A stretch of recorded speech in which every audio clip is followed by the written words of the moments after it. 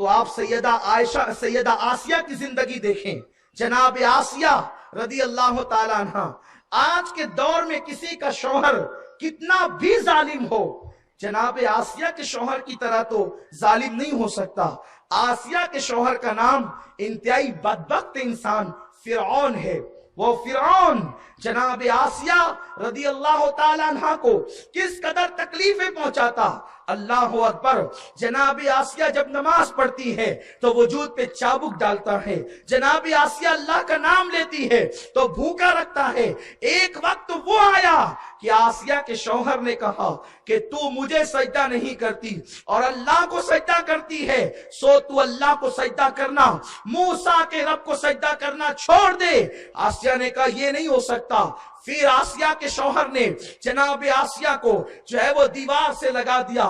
آسیہ کو دیوار سے کھڑا کر دیا گیا اور ان کے ہتھیلیوں میں، ان کے سینے میں، ان کے پیشانی میں، ان کے پیٹ میں، ان کے گھٹنوں میں کھوٹیاں ٹھوک دی گئی. آسیہ اللہ کا نام لیتی رہی اور صبر کرتی رہی. لیکن آپ کو میں یہ بات بتاؤں کہ آسیہ کو یہ دردناک سزا دی گئی ہے، لیکن میرے رسول صلی اللہ علیہ وسلم فرماتے ہیں میری امت کی کوئی عورت اپنے شوہر کے ظلم پہ صبر کرے گی تو اللہ اسے جناب آسیہ کے صبر کا ثواب عطا فرمائے گا.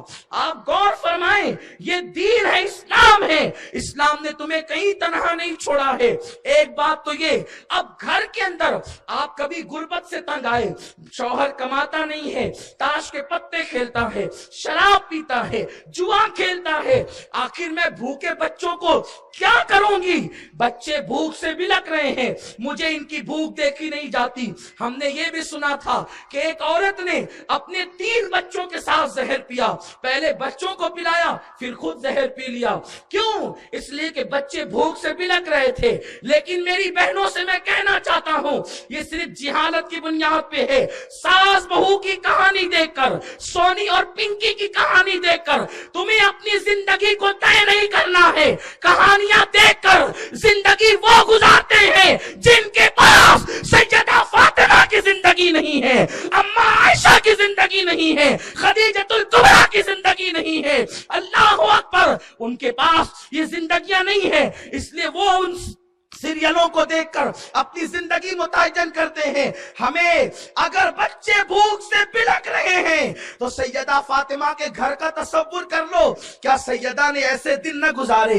امام حسین 3 سال کی عمر میں کہتے ہیں امی بھوک لگی ہے، کھانا کھلاؤ. اس وقت سیدہ نے چولہے پر ہانڈی رکھی ہے اور ہانڈی چولہا جلا کر کے رکھ دیا ہے. فرمایا بیٹو، میرے بچوں، ابھی کھانا پک رہا ہے، سو جاؤ، کھانا پکے گا تو اٹھا دیا جائے گا. اور اس کے بعد ہانڈی میں پانی ہے اور وہ ہانڈی میں کچھ اناج کچھ نہیں ہے اور چولہا جل رہا ہے اور حسنین کریمین ہانڈی کو تکتے ہیں اور دھواں نکلتا ہے اس امید پر کہ ماں جب کھانا پکے گا تو ہمیں جگا دے گی. لیکن وہ پوری رات گزر جاتی ہے اور صبح کے وقت ماں اپنے بچوں کو لوریاں دیتی ہے. لوریاں دے کر بچے سوتے ہیں قرآن کی، اور اس کے بعد جب صبح کے وقت سر پہ ہاتھ رکھ کر سیدہ اٹھاتی ہے تو بچے کہتے ہیں ماں کھانا پک گیا.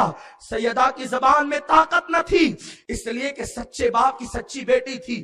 پانی رکھ کر کے کہا تھا کھانا پک رہا ہے بیٹا. یہ جھوٹ نہ تھا کیونکہ کچھ تو پک رہا تھا، لیکن جب یہ کہا کہ ماں کھانا پک گیا تو زبان میں طاقت نہ تھی کہ کہتی کہ ہاں کھانا پک گیا. اتنے میں میرے رسول گھر میں قدم رکھتے ہیں. فرمایا بیٹی کہہ دو پک گیا. اور جس وقت کہا گیا ہاں پک گیا ہے تو ہانڈی کھول کر کے دیکھا تو اس میں چاول ابل رہے تھے. بچوں کو کھلایا. کیا یہ غربت کی داستان ہماری بہنوں کے لیے کافی نہیں ہے؟ ہماری بہنوں کے لیے کافی نہیں ہے؟